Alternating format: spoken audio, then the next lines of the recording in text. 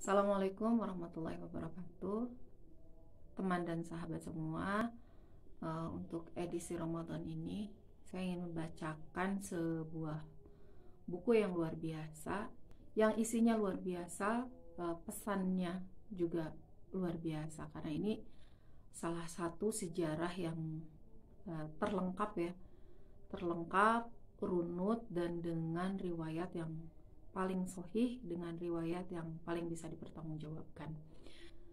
Tiada lain, tidak ada sejarah yang paling bisa dipercaya selain dari Sirah Nabawiyah. Maka di edisi Ramadan kali ini saya ingin spesial membacakan sebuah buku Sirah Nabawiyah yang ditulis oleh Dr. Muhammad Said Ramadan Al-Buti. Video ini saya buat untuk teman-teman dan sahabat yang mungkin ada kendala dari sisi waktu ya dalam membaca buku. Mudah-mudahan dengan dibacanya buku ini bisa memberikan manfaat bagi teman dan sahabat, dan juga secara khusus pahalanya insya Allah akan mengalir kepada semua orang yang terlibat dalam pembuatan buku ini. Dan saya mengambil buku yang diterbitkan oleh Robbani Press dan dialih bahasa oleh Aunur Rafiq Soleh Tamhid LC.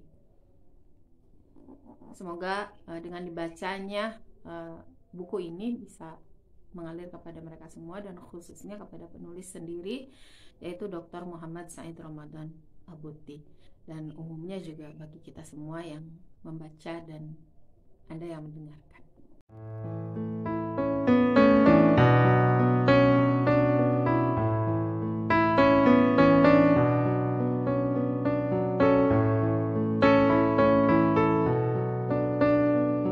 Saya akan mulai dari bagian pertama dari buku ini, yaitu Muqaddimah. Belum bercerita ke kisah atau belum bercerita ke sirahnya, tetapi diawali dengan buku ini, diawali dengan pentingnya kita membaca Sirah Nabawiyah, pentingnya kita membaca sejarah, terutama membaca Sirah Nabawiyah. Pentingnya Sirah Nabawiyah untuk memahami Islam. Tujuan mengkaji Sirah Nabawiyah bukan sekedar untuk mengetahui peristiwa-peristiwa sejarah yang mengungkapkan kisah-kisah dan kasus yang menarik. Karena itu, tidak sepatutnya kita menganggap kajian fikih Sirah Nabawiyah termasuk kajian sejarah, sebagaimana kajian tentang sejarah hidup salah seorang khalifah atau suatu periode sejarah yang telah silam. Tujuan mengkaji Sirah Nabawiyah ialah agar setiap muslim memperoleh gambaran tentang hakikat Islam secara paripurna yang tercermin di dalam kehidupan Nabi Shallallahu Alaihi Wasallam sesudah ia dipahami secara konsepsional sebagai prinsip, kaidah, dan hukum. Sirah Nabawiyah hanya merupakan upaya aplikatif yang bertujuan memperjelas hakikat Islam secara utuh dalam keteladanannya yang tertinggi, Muhammad Shallallahu Alaihi Wasallam. Bila kita rinci, maka dapat dibatasi dalam beberapa sasaran berikut ini. Yang pertama, memahami pribadi kenabian Rasulullah SAW melalui celah-celah kehidupan dan kondisi-kondisi yang pernah dihadapinya. Untuk menegaskan bahwa Rasulullah SAW bukan hanya seorang yang terkenal genial di antara kaumnya, tetapi sebelum itu beliau adalah seorang Rasul yang didukung oleh Allah dengan wahyu dan taufik darinya. 2. Agar manusia mendapatkan gambaran al-masal al-a'la, menyangkut seluruh aspek kehidupan yang utama untuk dijadikan undang-undang dan pedoman kehidupan. Tidak diragukan lagi betapapun manusia mencari masal a'la atau tipe ideal mengenai salah satu aspek kehidupan, dia pasti akan mendapatkan di dalam kehidupan Rasulullah SAW secara jelas dan sempurna. Karena itu, Allah menjadikannya qudwah bagi seluruh manusia. Firman Allah Subhanahu wa Ta'ala dalam surat Al-Ahzab yang artinya, sesungguhnya telah ada pada diri Rasulullah itu suri teladan yang baik bagimu. Kemudian yang ketiga, agar manusia mendapatkan dalam mengkaji sirah Rasulullah ini sesuatu yang dapat membantunya untuk memahami kitab Allah dan semangat tujuannya. Sebab banyak ayat-ayat Al-Quran yang baru bisa ditafsirkan dan dijelaskan maksudnya melalui peristiwa-peristiwa yang pernah dihadapi Rasulullah SAW dan disikapinya. 4. Melalui kajian sirah Rasulullah SAW ini, seorang muslim dapat mengumpulkan sekian banyak sakofah dan pengetahuan Islam yang benar, baik menyangkut akidah, hukum, ataupun akhlak. Sebab tak diragukan lagi bahwa kehidupan Rasulullah SAW merupakan gambaran yang konkret dari sejumlah prinsip dan hukum Islam. 5. Agar setiap pembina dan dai Islam memiliki contoh hidup menyangkut cara-cara pembinaan dan dakwah. Adalah Rasulullah SAW seorang dai, pemberi nasihat dan pembina yang baik, yang tidak segan-segan mencari cara-cara pembinaan dan pendidikan terbaik selama beberapa periode dakwahnya. Di antara hal terpenting yang menjadikan sirah Rasulullah SAW cukup memenuhi semua sasaran ini ialah bahwa seluruh kehidupan beliau mencakup seluruh aspek sosial dan kemanusiaan yang ada pada manusia, baik sebagai pribadi ataupun anggota masyarakat yang aktif. Kehidupan Rasulullah SAW memberikan kepada kita contoh-contoh mulia, baik sebagai pemuda Islam yang lurus perilakunya dan terpercaya di antara kaum dan juga kerabatnya, ataupun sebagai dai kepada Allah dengan hikmah dan nasihat yang baik, yang mengerahkan segala kemampuan untuk menyampaikan risalahnya. Juga sebagai kepala negara yang mengatur segala urusan dengan cerdas dan bijaksana. Sebagai suami teladan dan seorang ayah yang penuh kasih sayang, sebagai panglima perang yang mahir, sebagai negarawan yang pandai dan jujur, dan sebagai muslim secara keseluruhan atau kafah yang dapat melakukan secara seimbang antara kewajiban beribadah kepada Allah dan bergaul dengan keluarga dan sahabatnya dengan baik. Maka kajian sirah nabawiyah tidak lain hanya menampakkan aspek-aspek kemanusiaan ini secara keseluruhan yang tercermin dalam suri teladan yang paling sempurna dan terbaik. Masya Allah ya.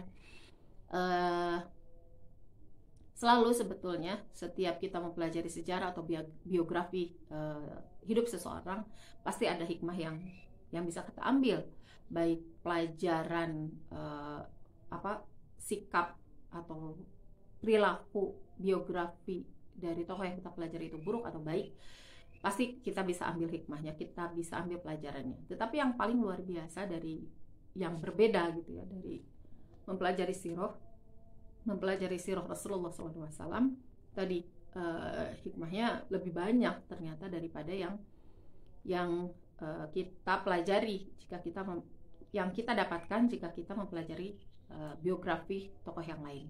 Dan tentu saja di bulan Ramadan ini, tentu bulan Ramadan adalah bulan Al-Quran, dan saya kira pas membawakan sirah nabawiyah, membaca sejarah Rasulullah SAW atau membaca, tadi katanya berbeda ya dengan sejarah, membaca sirah beliau, karena sirah Rasulullah SAW adalah karena sesuai dengan yang pernah dikatakan oleh Aisyah radhiyallahu anha bahwa Rasulullah adalah Al-Quran yang berjalan.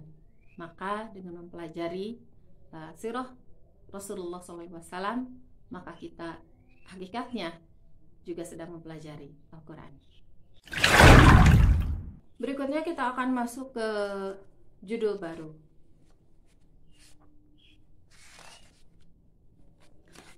yaitu sumber-sumber sirah nabawiyah. Secara umum dapat disebutkan di sini bahwa sumber rujukan sirah nabawiyah ada 3, yaitu kitab Allah, Al-Quran, sunnah nabawiyah yang sahih, dan kitab-kitab sirah. Pertama, kitabullah, Al-Quran. Kitab Allah merupakan rujukan pertama untuk memahami sifat-sifat umum Rasulullah SAW dalam mengenal tahapan-tahapan umum dari sirahnya yang mulia ini. Ia mengemukakan sirah nabawiyah dengan menggunakan salah satu dari dua uslub. Pertama, mengemukakan sebagian kejadian dari kehidupan dan sirahnya, seperti ayat-ayat yang menjelaskan tentang perang Badar, Uhud, Khandaq, dan Hunain, serta ayat-ayat yang mengisahkan perkawinan dengan Zainab binti Jahsh. Kedua, mengomentari kasus-kasus dan peristiwa-peristiwa yang terjadi untuk menjawab masalah-masalah yang timbul, atau mengungkapkan masalah yang belum jelas, atau untuk menarik perhatian kaum muslim kepada pelajaran dan nasihat yang terkandung di dalamnya. Semua itu berkaitan dengan salah satu aspek dari sirahnya atau permasalahannya. Dengan demikian, hal itu telah menjelaskan banyak hal dari berbagai periode kehidupannya dan berbagai urusan serta aktivitasnya. Tetapi pembicaraan Al-Quran tentang kesemuanya itu hanya disampaikan secara terputus-putus. Betapapun beragamnya uslub Al-Quran dalam menjelaskan segi sirahnya, tetapi tidak lebih hanya sekedar penjelasan secara umum dan penyajian secara global dan sekilas tentang beberapa peristiwa dan berita. Demikianlah cara Al-Quran dalam menyajikan setiap kisah tentang para nabi dan umat-umat terdahulu.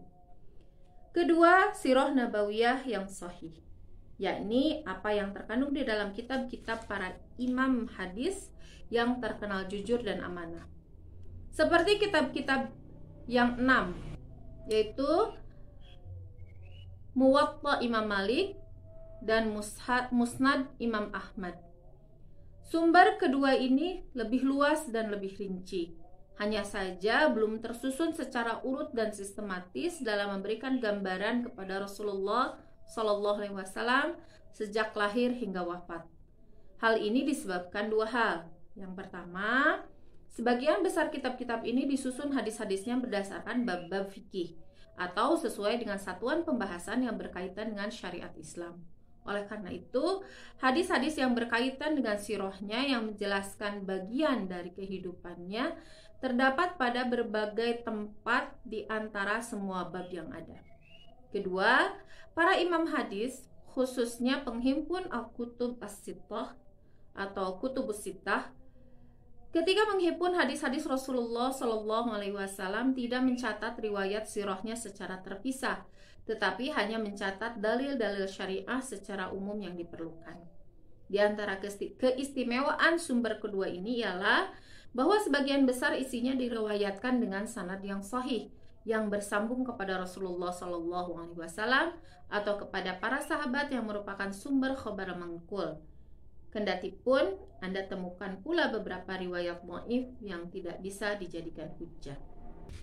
Kemudian sumber yang ketiga adalah kitab-kitab sirah.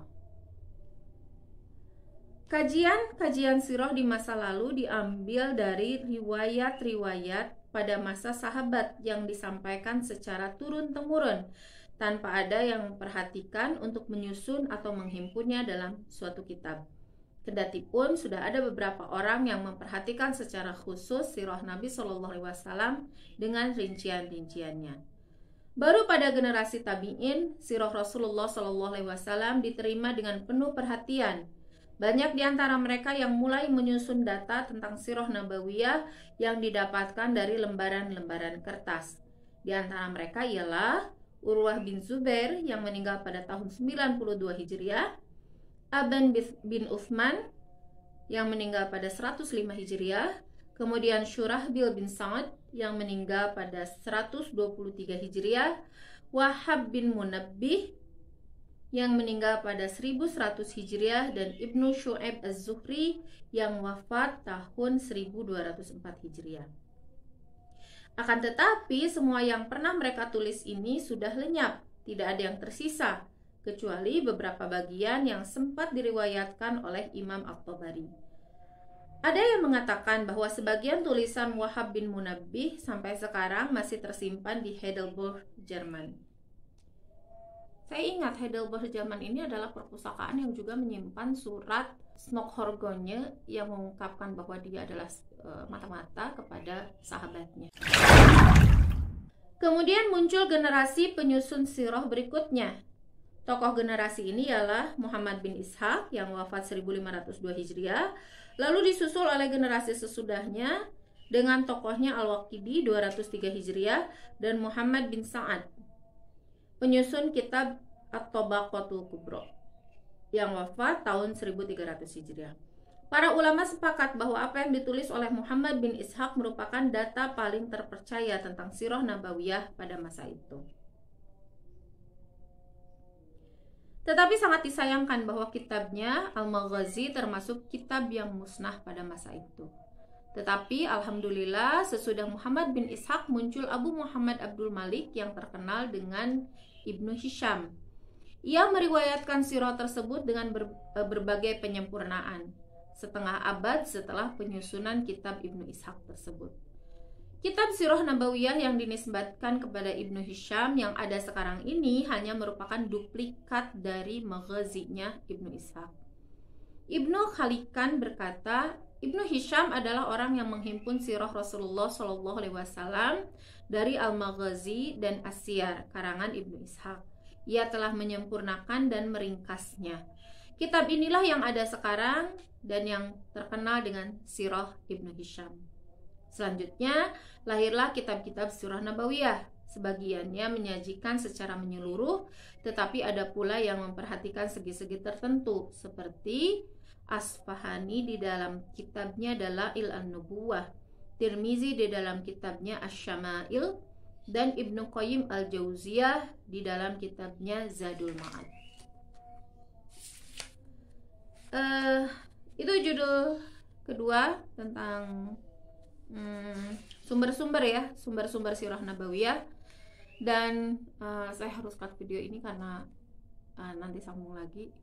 Saya serap dengan lampunya, dan mohon maaf mungkin akan saya matikan lampunya dengan resiko mungkin cahayanya agak gelap ya kalau di kamera, tapi kalau di sini cukup terang benderang insyaallah.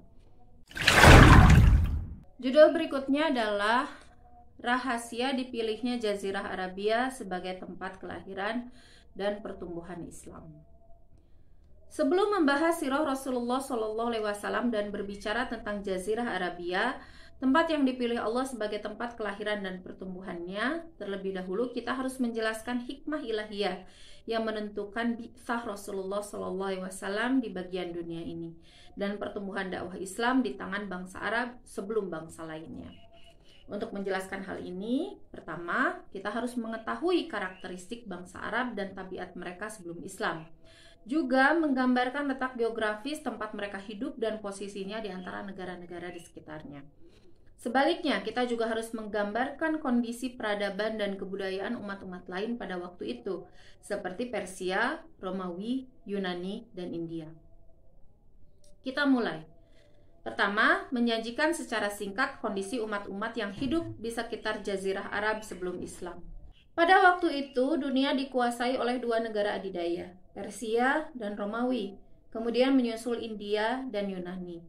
Persia adalah ladang subur berbagai khayalan atau khurafat keagamaan dan filosofis yang paling bertentangan. Di antaranya adalah Zoroaster yang dianut oleh kaum penguasa. Di antara falsafahnya ialah mengutamakan perkawinan seseorang dengan ibunya, anak perempuannya, atau saudaranya. Sehingga Yazdajir II yang memerintah pada pertengahan abad ke-5 Masehi mengawini anak perempuannya. Nauzubillah. Belum lagi penyimpangan-penyimpangan akhlak yang beraneka ragam sehingga tidak bisa disebutkan di sini. Dan tentang hal ini kita bisa lihat ya sejarah-sejarah bangsa Romawi sebelum masa kenabian, bangsa Romawi dan Persia sebelum masa kenabian, dan sumbernya banyak sekali di media sosial, juga di YouTube bisa teman dan sahabat lihat gitu ya, dengan sumber yang jelas, dengan sumber yang terpercaya. Di Persia juga terdapat ajaran Mazdakiyah yang menurut Imam Syahrustani didasarkan pada filsafat lain, yaitu menghalalkan wanita, membolehkan harta, dan menjadikan manusia sebagai serikat seperti perserikatan mereka dalam masalah air, api, dan rumput.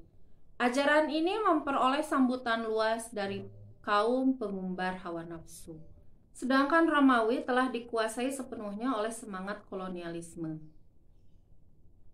Negeri ini terlibat pertentangan agama antara Romawi di satu pihak dan Nasrani di lain pihak.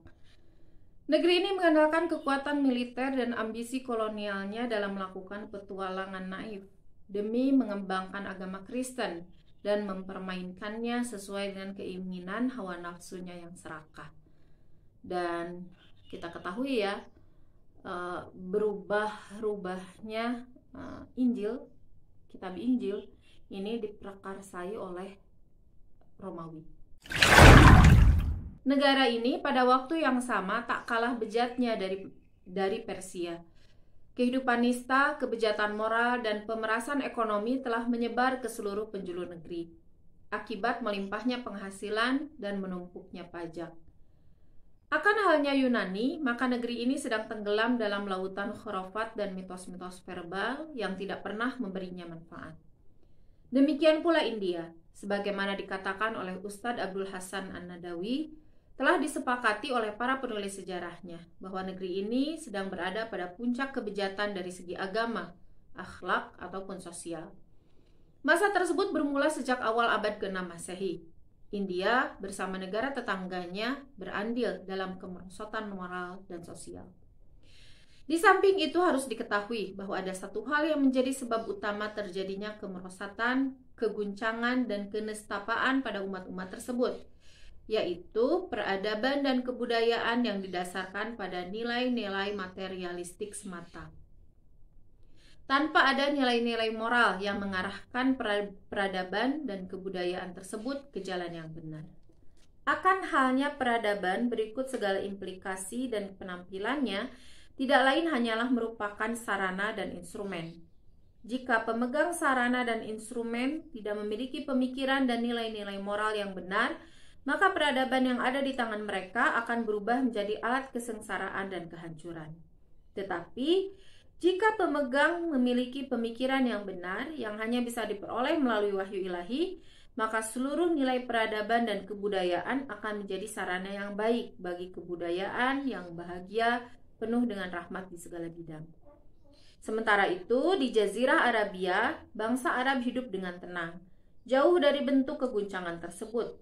Mereka tidak memiliki kemewahan dan peradaban Persia yang memungkinkan mereka kreatif dan pandai menciptakan kemerosotan-kemerosotan, filsafat keserbabolehan, dan kebejatan moral yang dikemas dalam bentuk agama.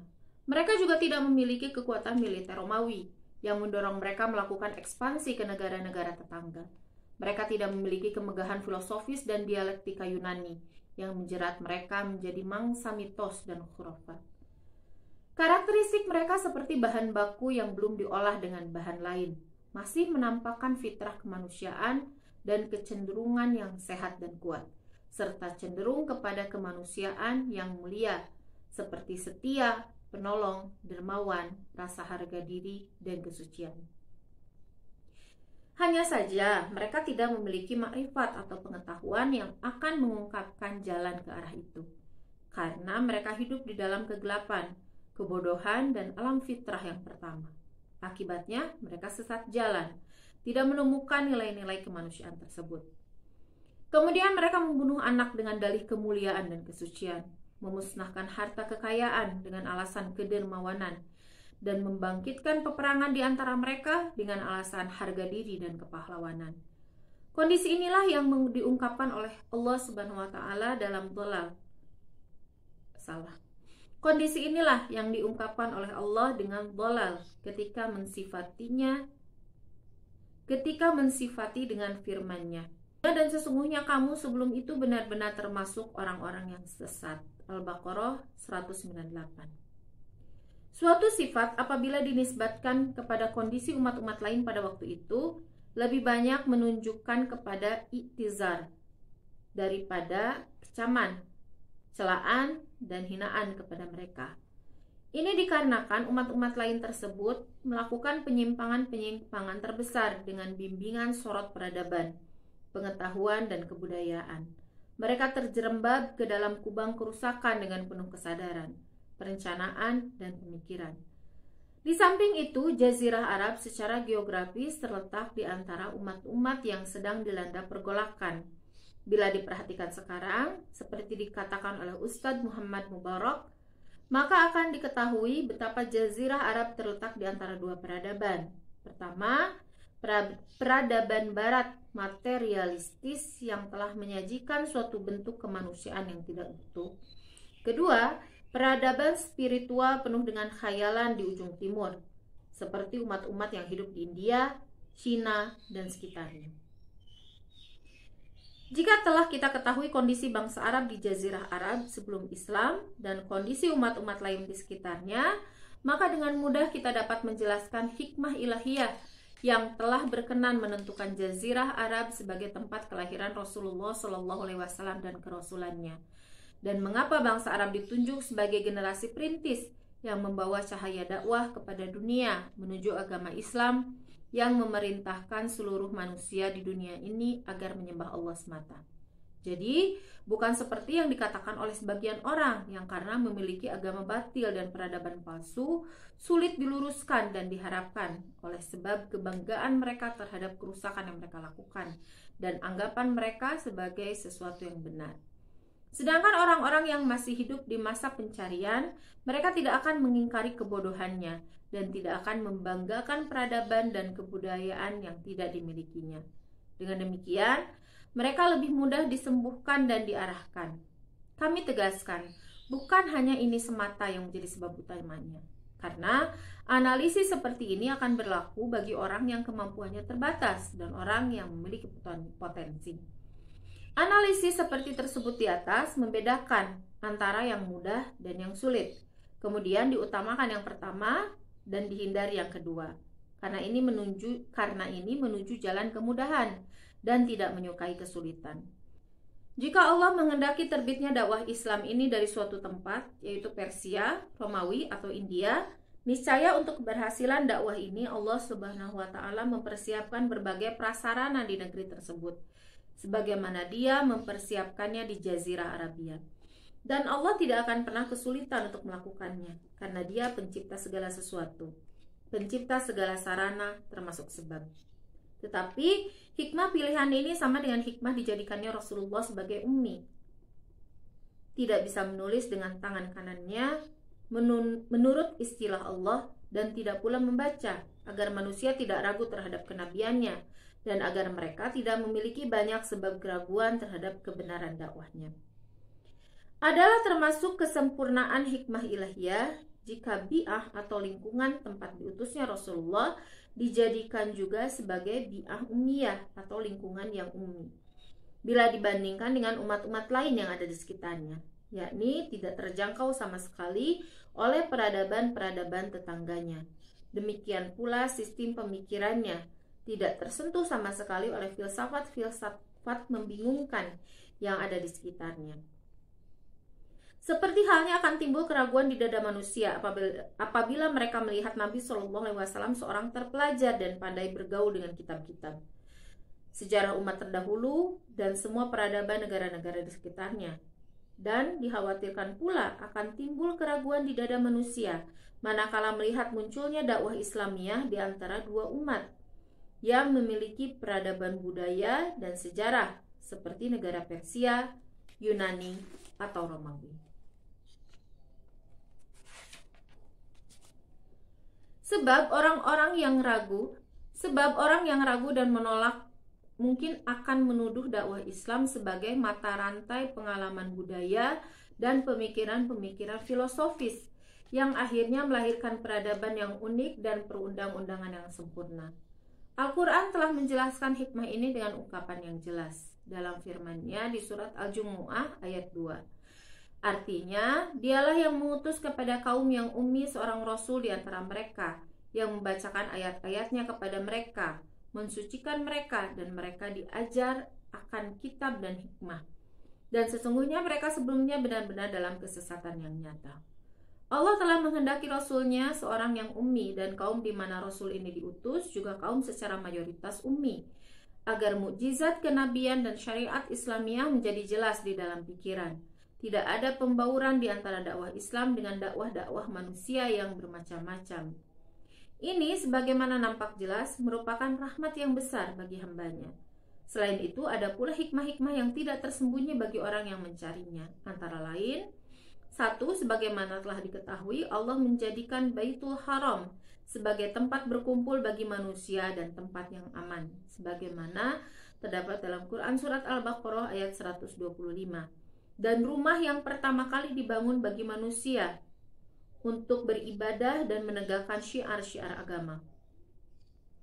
Allah juga telah menjadikan dakwah bapak para nabi, Ibrahim alaihissalam, di lembah tersebut. Maka semua itu merupakan kelaziman dan kesempurnaan. Jika lembah yang diberkahi ini juga menjadi tempat lahirnya dakwah Islam yang notabene adalah millah Ibrahim, dan menjadi tempat diutus dan lahirnya pamungkas para nabi.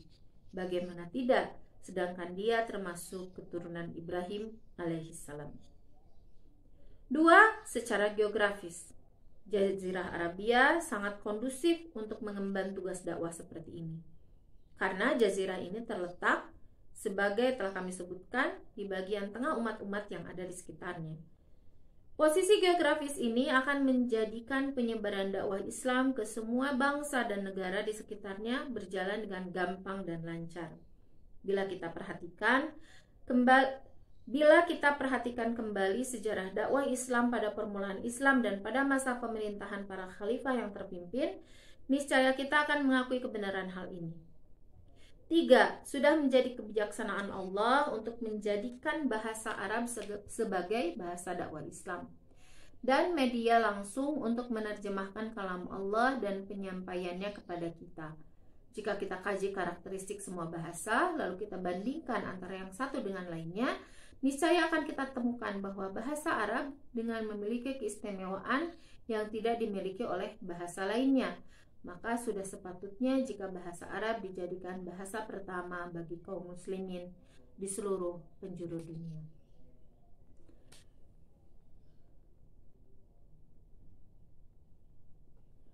Demikian bagian pertama dari dari mukadimah. Dan ini yang kita baca baru sampai halaman 13. Insya Allah besok akan kita sambung untuk ke halaman berikutnya, yaitu halaman 11 dengan judul yang baru. Mudah-mudahan bisa selesai besok di bab mukadimah ini, insya Allah. Terima kasih atas perhatiannya. Assalamualaikum warahmatullahi wabarakatuh.